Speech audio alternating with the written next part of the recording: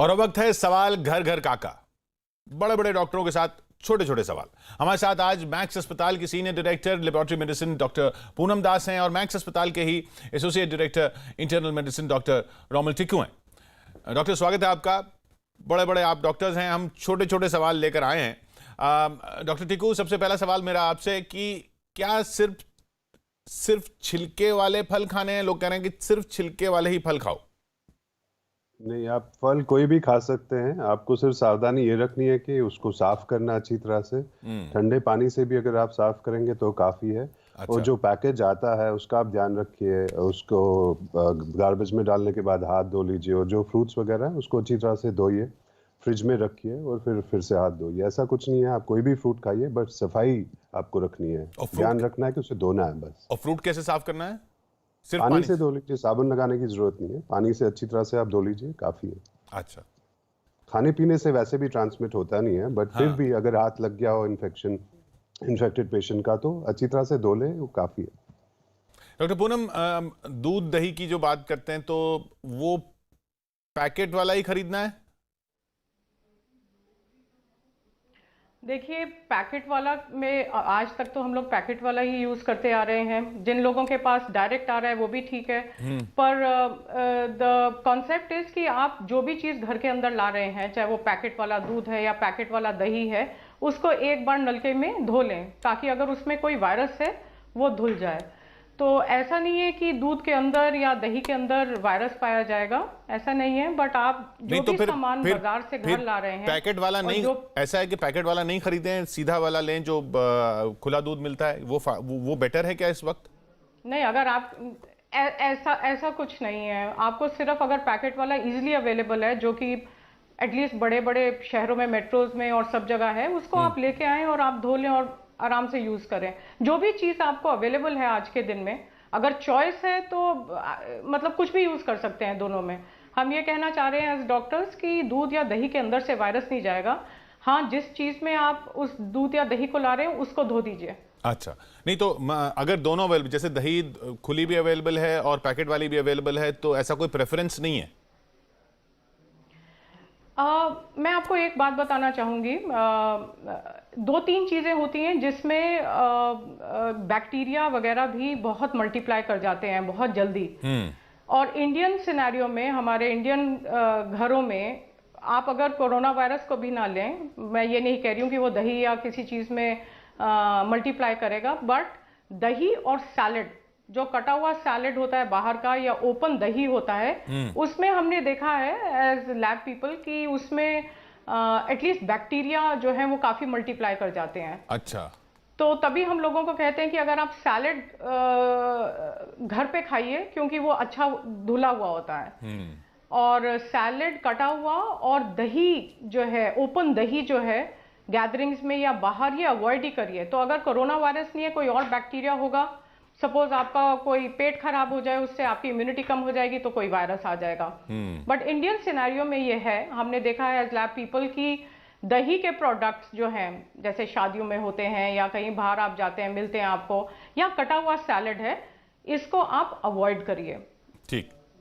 Doctor Tikku, ये general health के लिए है, आपके लिए। जी जी जी। डॉक्टर टिक्कू, डेंटिस्ट, दांतों में दर्द, ये डेंटिस्ट के पास लोग जाते हैं, तो दांतों का इलाज करवा लें इस टाइम या वेट करें? अगर वेट नहीं कर सकते हो तो क्या करें? देखिए, अभी जो भी मेडिकल इमरजेंसीज हैं उन्हीं को अपना इलाज कराना चाहिए। जो चीज़ अभी पोस्टपोन हो सकती है, इमरजेंसी नहीं है, उसे हमें अभी अवॉइड ही करना चाहिए। क्योंकि अगर हम हॉस्पिटल्स, क्लिनिक्स में जाते हैं, वहाँ पर चांस है कि आपको इन्फेक्शन हो, कोई इन्फेक्टेड पेशेंट हो, तो वैसे ही घर से बाहर अभी नहीं निकलना है अनलेस कोई मेडिकल इमरजेंसी है। और रहा सवाल डेंटल प्रोसीजर्स का, उससे थोड़ा सा रिस्क होता है क्योंकि एरोसॉल्स जनरेट होते हैं। अच्छा। तो डेंटल प्रोसीजर्स तो तभी करने चाहिए एकदम इमरजेंसी हो। और यूजुअली डेंटल इमरजेंसीज उतनी होती नहीं है। कैविटी है, रूट कैनाल है, अभी कोई ज़रूरत नहीं। अगर आपको दर्द हो रहा है बहुत ज़्यादा तो आप पेन किलर ले सकते हैं डॉक्टर डेंटिस्ट से बात करने के बाद, या इन्फेक्शन है तो मे बी वो आपको एंटीबायोटिक्स वगैरह दें। क्योंकि देखिए, डेंटिस्ट और ये पल्मोनोलॉजिस्ट जो भी प्रोसीजर्स हम करते हैं ना, जैसे एरोसोल्स जनरेट होते हैं, उससे रिस्क बहुत ज़्यादा बढ़ जाता है। तो आगे जो जब लॉकडाउन खुलेगा और जब क्लिनिक्स वगैरह शुरू भी होंगे, तो उन्हें पीपीईज वगैरह, सैनिटाइजेशन, सारा क्लिनिक का सामान रखना is a guideline for that. जो फॉलो करनी होगी। May be government will tell us कि क्या करना होगा, कैसे अपने आप को बचाना होगा और मरीजों को भी बचाना होगा। मे बी कोई टेस्ट की गाइडलाइंस आ जाए कि उनको टेस्ट करना होगा, तभी उनका प्रोसीजर किया जाए। तो एज ऑफ नाउ तो मैं बोलूँगा कि अगर इमरजेंसी नहीं है तो आप बिल्कुल कुछ मत कीजिए, घर पे बैठिए, टेली कंसल्टेशन कीजिए।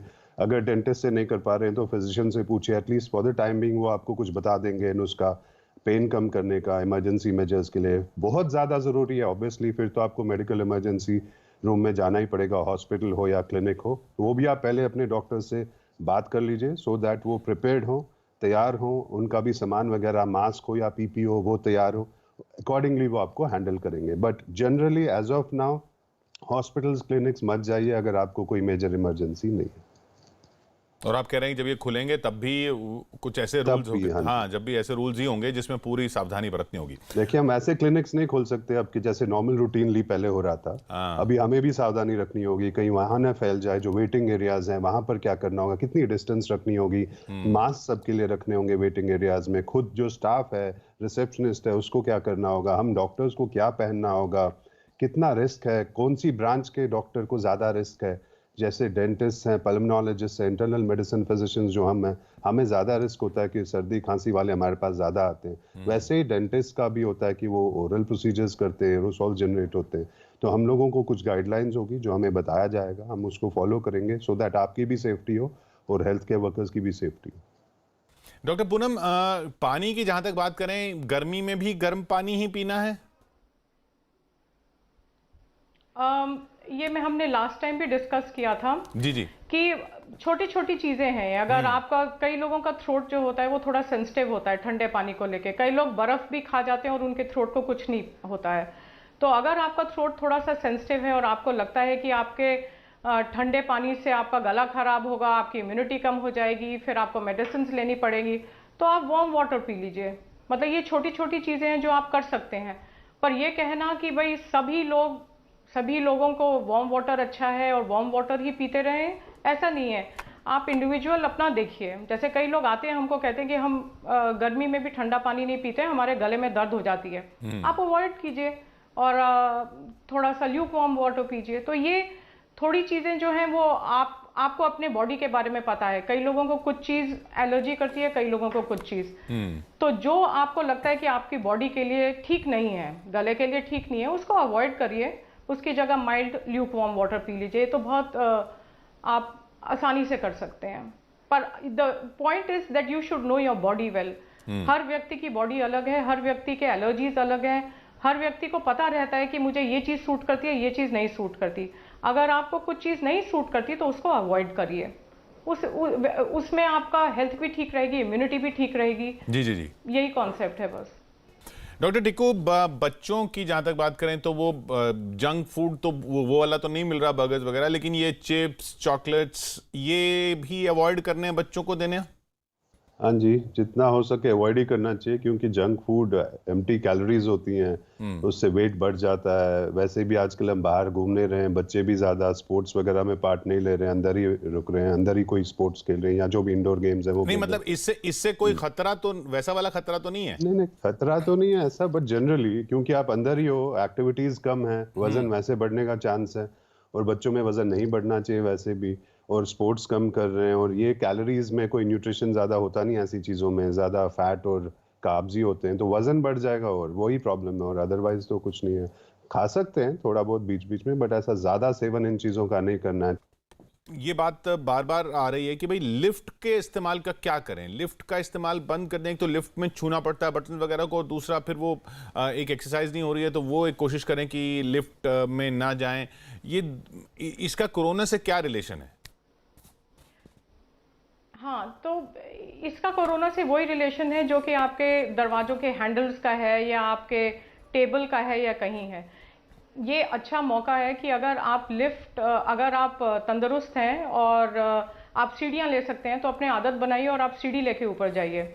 अब हम लोग पहले भी ये डिस्कस कर चुके हैं कि कोरोना वायरस का ये जो वायरस है ये ड्रॉपलेट्स में रहता है। तो कोई इन्फेक्टेड व्यक्ति होगा, उसके ड्रॉपलेट से कहीं भी जा सकते हैं ड्रॉपलेट्स।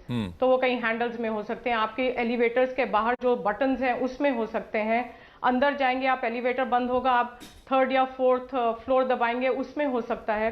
तो ये जनरल चीज़ है। बट आई थिंक ये एक बहुत अच्छा टाइम है कि बच्चे स्पेशली और यंग लोग जितना सीढ़ी चढ़ सकें अपनी आदत डालिए और सीढ़ी चढ़िए। एलिवेटर्स आप सीनियर सिटीजन्स के लिए रहने दीजिए, या वो लोग जो नहीं सीढ़ी में जा सकते हैं उनके रहिए। बट अदरवाइज हेल्दी है। वैसे भी आपको एक्सरसाइज तो करनी रहे अनलेस अनटिल आपके घर में जिम हो, तो ये भी आसान तरीका है। आप एरोबिक एक्सरसाइज करें। आप 4th या 5th फ्लोर पे पैदल जा रहे हैं, आप दैट्स अ गुड। जैसे रोमिल कह रहे हैं कि आजकल एक्सरसाइज नहीं हो रही क्योंकि सब घर पे हैं, तो ये तो एक अच्छी एक्सरसाइज भी है। ऑल्सो वो जो सरफेस होगा, आपको पता नहीं किसने छुआ है किसने नहीं छुआ है, ड्रॉपलेट है या नहीं है, आप अवॉइड करिए। मैं आजकल हर एलिवेटर अवॉइड कर रही हूँ, तो ये एक पर्सनल ओपिनियन है, बट अच्छा है। It's a way of doing an aerobic exercise. अगर आप कर सकते हैं तो आपको अभी नहीं हमेशा करना होगा। आप आदत डालिए। हाँ, अब तो कई चीज़ों की आदत डालनी होगी, ऐसा लग रहा है ज़माना वही आ गया है। डॉक्टर टिक्कू, अब सबसे ख़तरनाक जो बात आ रही है वो आ रही है एसिम्टोमेटिक। भाई लक्षण आप सब डॉक्टर्स ने बताया कि भाई खांसी हो, बुखार हो, गले में हो कुछ, तो आप टेस्ट कराइए या आपको थोड़ा सा जाना चाहिए डॉक्टर के पास। अब ये जो लक्षण नहीं है तो भी क्या कोरोना टेस्ट करवाना है? क्योंकि तो सरकार भी कह रही है कि 80% पेशेंट ऐसे हैं जिनमें लक्षण ही नहीं थे। देखिए, सबका टेस्ट तो हो नहीं सकता है, और वैसे भी जो आईसीएमआर की गाइडलाइंस है वहाँ एसिम्टोमेटिक पेशेंट्स का टेस्ट तो होगा ही नहीं। जो एसिम्टोमेटिक टेस्ट हो रहे हैं अभी, जो पॉजिटिव जो हमें पता चल रहा है, ये कॉन्टैक्ट्स हैं, या तो ट्रैवल हिस्ट्री है या कोई पॉजिटिव केस के कॉन्टैक्ट में थे इसलिए उनका टेस्ट किया गया, और इंसिडेंटली उनको पता चला कि ये सारे एसिम्टो, जैसे 186 लोग परसों थे जो पॉजिटिव पाए गए हैं। देखिए, एसिम्टोमेटिक होने का मतलब है कि कोई लक्षण नहीं है बीमारी का। हाँ। ना फीवर है, ना खांसी है, ना सांस फूल रहा है। अब कैसे पता चले? ये तो साइलेंट स्प्रेडर्स होते हैं। ये वो पॉपुलेशन है जो फैलाती रह जाएगी डिजीज। अब उसके फायदे भी हैं और नुकसान भी हैं। अब आप पूछेंगे कि क्या फायदा हो सकता है बीमारी फैलने से, क्योंकि माइल्ड डिजीज है।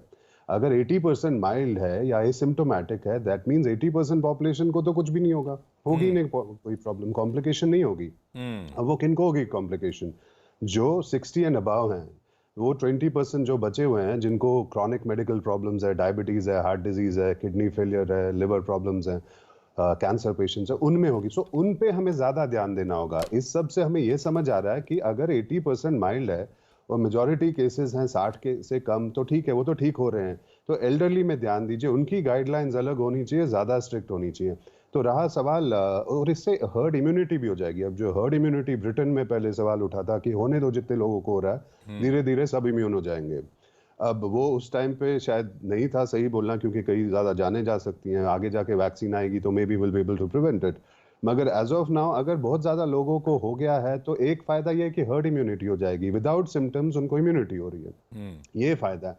नुकसान यही है कि जो एसिम्टोमेटिक पेशेंट्स फैलाते जाएंगे, उनमें से जो एल्डरली या हाई रिस्क हैं, अगर उन्हें हुआ तो उनमें कॉम्प्लिकेशंस हो सकती है। शॉर्ट इसका ये एक रक्स है कि जो एल्डरली है उन्हें हमें एकदम अलग रखना है, दूर रखना है, उनकी डबल ज्यादा मेजर्स लेने हैं, स्ट्रिंजेंट रहना है, लॉकडाउन के बाद भी उनके साथ स्ट्रिंजेंट रहना है, फैमिली मेंबर्स को भी उनसे दूर रहना है, मास्क लगाना है, हाथ धोना है। क्योंकि अगर हम ये मान लेते हैं कि एसिम्टोमेटिक पेशेंट्स बहुत ज्यादा हैं, 80% है कम्युनिटी में, तो हम लोग को, सब यंग लोगों को 50 से कम जो हो गया, हम ठीक भी हो जाएंगे।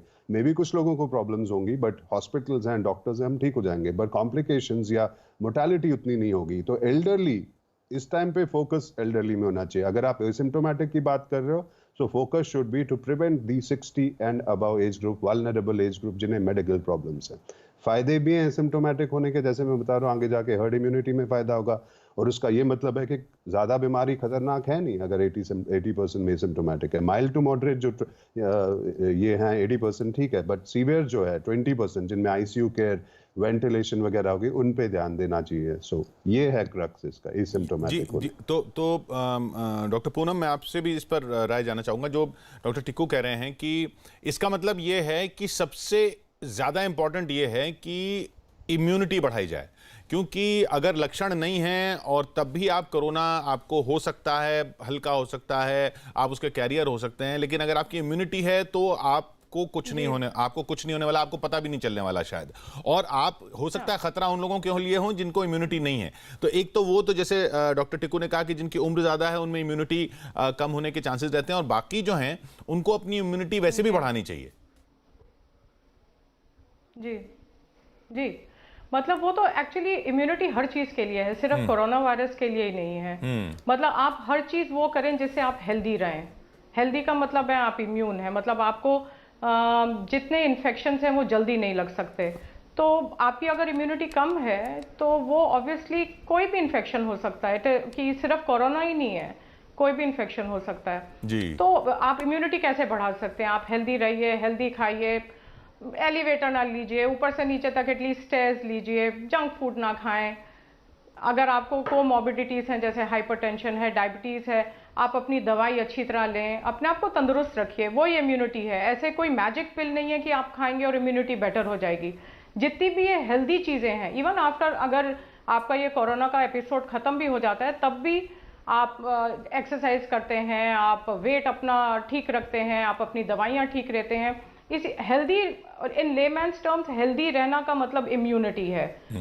ऐसा कुछ चीज़ मैजिक पिल है नहीं। तो आप अपने आप को हेल्दी रखिए, आप हर चीज़ वो करिए जिससे आपकी हेल्थ मेंटेन रहे, एंड दैट ऑल्सो इंक्लूड्स कि अगर आपको कोई कोमॉर्बिडिटी है उसकी दवा भी आप सही तरह से लें। जी। तो डॉक्टर, इसी चीज़ को इम्यूनिटी कहते हैं। और डॉक्टर टिक्कू, इसके साथ ये अपने हेल्दी रखने के अलावा अब ये लोग ये भी धीरे धीरे सीखते जा रहे हैं कि साफ सफाई, तो ये जूते चप्पल भी सैनिटाइज करने हैं डॉक्टर टिक्कू? नहीं, जूते चप्पल कितना आप सैनिटाइज कर लोगे? हाँ, अगर चप्पल है तो आप पैर धो लीजिए घर में जाने से पहले, और जितना हो सके आप बाहर ही रखिए जूते, घरों के अंदर जूते मत ले जाइए। मेरी तो ये पर्सनली मेरा मानना है पहले से ही कि घरों में जूते वैसे भी नहीं जाने चाहिए, घर को साफ रखना चाहिए। चप्पल आप धो लेंगे, जूते तो धो नहीं सकते, आप जूते बाहर ही रखिए। क्योंकि जो स्टडीज हुई हैं हॉस्पिटल्स में अभी रिसेंटली कोविड रिलेटेड, उसमें पता चला है कि जूतों में है इन्फेक्शन, कैरी करता है भाई। अब उससे कितने लोगों को इन्फेक्शन होता है वो मुश्किल है बताना, और वो भी उसकी पॉसिबिलिटी बहुत रिमोट है। बट हाँ, जूता तो है ही गंदा। आप देखिए हर जगह जूता सड़क पे होता है, या इन्फेक्ट थूका होगा कोई, कुछ इन्फेक्शन हो तो वो इन्फेक्ट हो सकता है। तो जूतों को आप धो मत लीजिए, बाहर ही रख लीजिए, घर के अंदर मत घुसाइए। चप्पल जो है वो आप धो सकते हैं, हाथ पैर धोने ही होते हैं, उसके साथ चप्पल भी धो लीजिए। बट हाँ, जूते गंदे होते ही हैं यूजुअली, तो उनको वैसे भी घर के अंदर नहीं घुसाना चाहिए। वो वैसे भी एक हाइजीनिक चीज नहीं है करने के लिए। और आजकल के तो बिल्कुल ही मैं बोलूंगा कि जूतों को आप घर के बाहर रख लीजिए, अंदर नहीं ले लीजिए। डॉक्टर पूनम, पालतू जानवरों की जहां तक बात है, कुछ लोग कह रहे हैं कि उनको भी मास्क पहना देते हैं। नहीं, बहुत लोग बहुत सारी चीज़ें कह रहे हैं। ये वाला जो वायरस है ये एनिमल से ट्रांसमिट नहीं हो रहा है। बहुत थोड़े टाइम पहले एक आर्टिकल आया था, मुझे याद नहीं है कौन सी कंट्री का था, कि कोई टाइगर पाया गया था जिसमें कोरोना वायरस है। जी जी। तो ये सब वायरसेस जो हैं ये एनिमल्स में होते हैं, रहते हैं। जैसे HIV भी जब शुरू हुआ था तो शुरू में ये कहा गया था कि चिंपैंजीज में पाया गया था, उसके बाद ह्यूमन बींग्स में आया। फॉर एग्जांपल उनको खरोचा होगा या ब्लड के थ्रू ह्यूमन बींग्स में आया। सिमिलरली ये वायरसेस अगर किसी में है, किसी जानवर में है, पता नहीं है या नहीं है आज की डेट में, पर अगर हो भी तो इनका transmission animals to human beings नहीं है। मतलब एनिमल से व्यक्ति का ट्रांसमिशन इसमें नहीं है। सब्जियों की बात जहां तक हुई, पानी से धोने की हुई, आपने कहा पानी से धो लें। अब उसको धूप में भी सुखाना है क्या? कई लोग कह रहे हैं धूप में सुखा दीजिए उसके बाद। नहीं, जरूरत नहीं है, ऐसा कुछ नहीं है। 5-10 मिनट आप उसको बाहर ही रखिए, जब सूख जाए तो आप फ्रिज में रखिए या जहां पर भी आपको रखना है, पर धूप वगैरह में रखने की जरूरत नहीं है। जैसे मैंने पहले भी बताया कि ये चांस होना कि वो इन्फेक्टेड हो और सब्जी वाले ने उस पर खांसा छींका और वो पॉजिटिव है सब्जी वाला, हम ये सब मान के चल रहे हैं, जो बहुत रिमोट पॉसिबिलिटी है। और कितनी देर और वो सरफेस पे रहता है, सब्जी में कब तक वायरस सस्टेन करता है, वायबल रहता है, फिर जब आप धो रहे हो उसको, धोने के बाद भी वो वॉश ऑफ हो रहा है, वैसे ही क्लीन हो रहा है, अब हम मान रहे हैं उसके बाद भी उस पर वायरस है, तो वो it's carrying it a bit too far, I would say. तो पॉसिबिलिटी बहुत कम है। 5-10 मिनट आप रखिए उसको धूप में या बाहर रख सकते हैं, ऐसा कोई हार्म नहीं है, बट ऐसा कोई रूटीनली करने की जरूरत नहीं है। अभी भी ट्रांसमिशन जो है सबसे ज्यादा ड्रॉपलेट से होता है, 80% से ज्यादा ड्रॉपलेट खांसने छींकने से, उसके बाद फोमाइट से, अगर कोई सरफेस से हुआ हो, टच हो रहा है, टेबल पे है, लैपटॉप पे है, फोन पे है और आपने हाथ लगाया, आप कितने पॉजिटिव केसेस खांस रहे हैं, छींक रहे हैं, और वो चीज आपके घरों में पहुंच रही है, आपको उस हिसाब से सोचना होगा। बहुत कम चांस है, बट हाँ, सफाई तो रखनी है। दैट डजंट मीन कि हमें कंप्लेसेंट होना है। हमें तो यही सोचना है कि हर आदमी पॉजिटिव है, हर सरफेस इन्फेक्टेड है, उसी हिसाब से हमें अपना काम करना है। डॉक्टर पूनम, डेंटिस्ट की हमने बात की, अब और कुछ हो तो भी हॉस्पिटल अवॉइड करें डॉक्टर को दिखाना। अब क्या ऐसा हो सकता है कि डॉक्टर को ना दिखाना डेंजरस हो जाए किसी भी कंप्लेंट के लिए? नहीं, वो आपको गेज करना है। हाँ, तो आजकल काफ़ी फिजिशियंस टेली काउंसलिंग भी कर रहे हैं। अगर वो व्यवस्था नहीं है तो आप अपने फिजिशियन को एक बार टेलीफोन तो कर लें। कई चीज़ें ऐसी होंगी जो आप कॉमन सेंस से नहीं कर पाएंगे। फॉर एग्जांपल, अगर आपके सर में दर्द है तो हो सकता है आप क्रोसिन ले लें, पर आपके सर दर्द 2-3 दिन चला, आपको वॉमिटिंग आ रही है सर दर्द, तो आपको लगेगा ये नॉर्मल सर दर्द नहीं है। ऐसे केसेस में अगर आप कहीं किसी अस्पताल की इमरजेंसी में जा सकते हैं तो जरूर जाएं। और अगर कोई इमरजेंसी नहीं लग रही है तो एटलीस्ट अपने फिजिशियन को टेलीफोन से राय ले लें। अब जैसे गर्मी बढ़ती जा रही है, अब सवाल एसी काम कई बार कर चुके हैं, अब एसी और कूलर में अगर चॉइस है तो क्या चलाना चाहिए, डेजर्ट कूलर या एसी? एसी के बारे में मैं आपको क्लियर कर दूं एक बार कि जो घरों में एसी हैं वो विंडो एसी है या स्प्लिट एसी है, उससे चांस इन्फेक्शन फैलने का बहुत कम है। क्योंकि घरों में पॉजिटिव पेशेंट्स तो है ही नहीं, बहुत कम जो हैं वो हमें पता है वो आइसोलेटेड हैं, मान लो हैं भी तो उसी कमरे में लिमिटेड है वो, तो इन्फेक्शन वैसे भी उन कमरों में सफाई वफाई तो करनी है। ये जो एसी का खतरा है इन्फेक्शन फैलने का, ये उन जगहों पर है जैसे होटल्स हैं, हॉस्पिटल्स हैं, जहाँ सेंट्रली एयर कंडीशन यूनिट्स हैं। अब वहाँ क्या होता है कि सर्कुलेट होता है ये हर जगह। अब एक जो स्टडी हुई थी चाइना में, गुआंगझो में, एक रेस्टोरेंट में 3 फैमिलीज खाना खा रही थी, आसपास ही थे टेबल्स उनके। सो पहला पेशेंट जो था उसको 24 जनवरी को कुछ सिम्टम, उसी दिन सिम्टम्स आए जो खा रहा था खाना, हो सकता है उसने खांसा हो, छींका हो, उनको 10-15 दिन के बाद उन्हें देखा कि वो जो बाकी टेबल्स पे थे दो लोग, उन्हें भी हो गया। तब से ये आ गया कि शक। उस स्टडी का भी कंक्लूजन ये 100% नहीं था कि इनको उसी से हुआ, बट मोस्ट लाइकली उन्होंने बोला था कि उससे हुआ होगा। उसका मतलब ये है कि अगर उस कमरे में जहां पॉजिटिव पेशेंट है वो खांस रहा है, ड्रॉपलेट इन्फेक्शन है, क्योंकि एसी से सर्कुलेट हो रहा है एयर, तो आसपास उस कमरे में वो ड्रॉपलेट्स फैल सकते हैं। अब वो ड्रॉपलेट्स एसी के डक्ट के थ्रू हर कमरे में जाएं, लॉन्ग रेंज में फैला दे पूरी बिल्डिंग में, ये बहुत अनलाइकली है कि वो हर जगह। कितना वायबल रहता है डक्ट्स में, क्या परसेंटेज है उसकी इन्फेक्शन, फिर उससे कितने लोगों को होता है, तो ये मुश्किल है बता। तो उस कमरे में स्पेशली देखा गया, या डायमंड प्रिंसेस में भी उन्होंने स्टडी करी थी क्रूज में, कि जो कमरे साफ किए गए थे उनमें वायरस नहीं मिला, और एक कमरा उन्होंने साफ नहीं किया और वहाँ उनको बाथरूम में, हैंडल्स में, सिंक में वायरस मिला था। क्योंकि एयर से जो ये आसपास सराउंडिंग्स में फैल रहा है, इन्फेक्ट हो रहा है, फोमाइट्स, उनको हाथ लगाने के बाद अगर आप फेस को हाथ लगाएंगे तो आपको इन्फेक्शन होगा। तो इन शॉर्ट कहना ये है कि सेंट्रली एयर कंडीशन में थोड़ा सावधानी रखनी होगी, बट आपके घरों में जो एसी है, स्प्लिट है या विंडो है, मोस्ट लाइकली कुछ भी नहीं होगा, क्योंकि पॉजिटिव केसेस घर पे होंगे नहीं। मान लो आइसोलेशन में है कोई पॉजिटिव केस, हाँ उनका तो कमरा वैसे भी साफ करना चाहिए पूरी तरह से, मास्क पहनने चाहिए, सावधानी रखनी होती है, उन्हें भी मास्क देना होगा। सो आई वुड से घरों में ऐसे घबराने की कोई बात नहीं है। सेंट्रली एयर कंडीशन में वो देखेंगे अथॉरिटीज क्या करना है, कैसे करना है, रिसर्कुलेट हो रहा है एयर, नहीं हो रहा है, बट उसके बावजूद भी it is limited to those rooms where the positive patient is staying. I wouldn't say कि सेंट्रली एयर कंडीशन इसलिए पूरी बिल्डिंग में हो रहा है। तो ये तो सिर्फ एसी की बात हुई। अब doctor Poonam, AC versus cooler कौन सा प्रेफरेबल है? या आपके घर जो भी है, चाहे एसी है आप एसी चलाएं, कूलर है कूलर चलाएं, बट जैसे हमने लास्ट टाइम कहा था कि थोड़ा वेंटिलेट करिए आप अपने घर को। ऐसा नहीं है कि पूरा दिन 24 घंटे आपने एसी ऑन कर दिया या कूलर ऑन कर दिया। अच्छा। थोड़ी थोड़ी देर बाद आप वेंटिलेशन होने दीजिए। अगर आप अपार्टमेंट में हैं तो और अपनी खिड़की है या दरवाजा है उसमें क्रॉस वेंटिलेशन होने दीजिए। अगर आप इंडिपेंडेंट घर में रह रहे हैं तब भी खोलिए। मतलब आप, ऐसा नहीं हो सकता कि भाई आपने एसी ऑन कर दिया, पूरे दिन एसी ऑन है, या कूलर ऑन है तो पूरे दिन कूलर ऑन है। The concept of ventilation has to be there, कि आप अच्छा अपने घर में हवा क्रॉस करने दें, खिड़कियां खोल दीजिए, वो बहुत इंपॉर्टेंट है।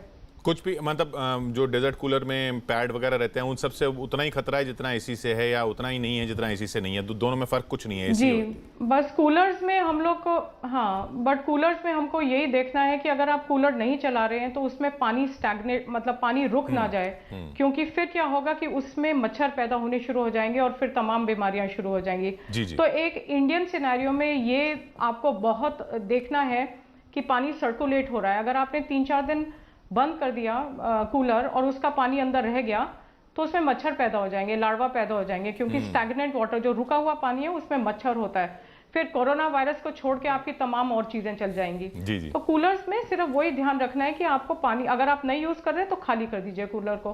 बट आपके घर कुछ भी है, कूलर है, एसी है, पंखा है, दरवाजे खिड़के खोलिए, लिव अ हेल्दी लाइफ।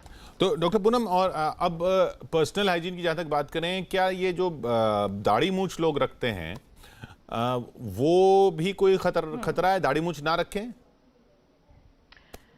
देखिए, एक स्टडी आई थी, इंटरनेशनल स्टडी है, अब मुझे उस कंट्री का नाम याद नहीं है क्योंकि इतनी स्टडीज आ रही हैं, जिसमें ये कहा गया था कि आप प्रेफर करें, आई थिंक यूके में था, आप प्रेफर करें कि अगर आपके कोई रिलीजियस रीज़न नहीं है, अगर आपका कोई रिलीजियस रीज़न नहीं है, तो आप प्रेफर करिए कि क्लीन शेव रहें। अच्छा। क्योंकि उसके ऊपर आप मास्क पहनेंगे, फिर यू नो, ये अगेन एक सिर्फ एक कॉमन सेंस वाली चीज़ है। ऐसा नहीं है कि किसी ने प्रूव किया है कि जो लोग की दाढ़ी और मूछ है उसमें कोरोना वायरस ज़्यादा होगा। ये सब चीज़ें कॉमन सेंस हैं और लोग एक दूसरे से शेयर कर रहे हैं। तो अगर आपका रिलीजियस वो नहीं है तो आप कर सकते हैं शेव। बट हाँ, ये कहना कि किसी ने स्टडी की और देखा कि दाढ़ी मूछ में ज़्यादा कोरोना वायरस है, वो नहीं है। और अगर रिलीजियस रीजन से रखनी ही पड़ रही हो दाढ़ी मूछ, तो उसको क्या सैनिटाइज करना है या बस वो अपना नहा धो रहे हैं उतना ही बहुत है? सैनिटाइज नहीं, आप जैसे नहा धो रहे हैं, जैसे बाल हैं वैसी दाढ़ी मूछ है।